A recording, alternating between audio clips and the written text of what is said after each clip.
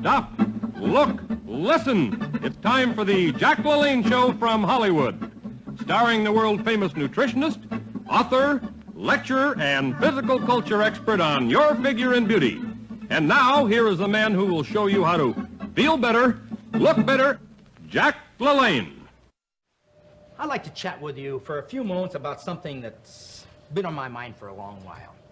Have you noticed, I know I notice this all the time, when you're walking down the street, or perhaps you're in a streetcar or in a bus, you notice how the people in this great country of ours are so unhappy. You don't see very many smiling people anymore. People have lost the ability to smile. This is right. Next time you walk down the street, or you're on a bus or a streetcar, you see what I'm talking about. You see the people with their long faces are out of condition, you know, but they have everything. They have all the money in the world and all these modern conveniences. What's the matter with the people? Well, this is what I think. People have gotten so far away from the natural way they should be living that they have lost the ability to be happy anymore. I remember a few years ago, I was traveling down in South America, one of the Latin countries. And I went down visiting all the different parts, you know, where the poor people are and the rich people. And I remember one day, I took a streetcar ride, and I was down in the poorer section. And I'll never forget, the streetcar was real full. A lot of these people, you know, their clothes were kind of tattered and torn. They didn't have any money. A lot of them had many, many children. I remember one lady in particular.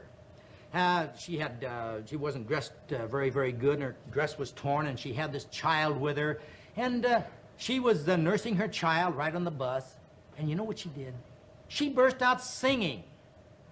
And everybody in the streetcar started to sing. I started to sing right along with them. I didn't know the words or anything, but I was just humming along. And everybody was smiling. Everybody was happy. Here are these people. They never had enough money hardly for food. They never knew what it was to have an automobile or any modern conveniences, radio or television or any of these things, not even enough clothes to wear.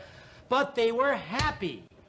That's the important thing about life, students, is to be happy. What's the good of living? What's the good of making a lot of money? What's the good of having fine clothes and driving a fancy automobile if you're miserable all the time? And I am convinced, if you will spend just a little more time trying to eat better, eat the foods in their natural state, because we have gotten so far away from our natural eating habits, it's pathetic.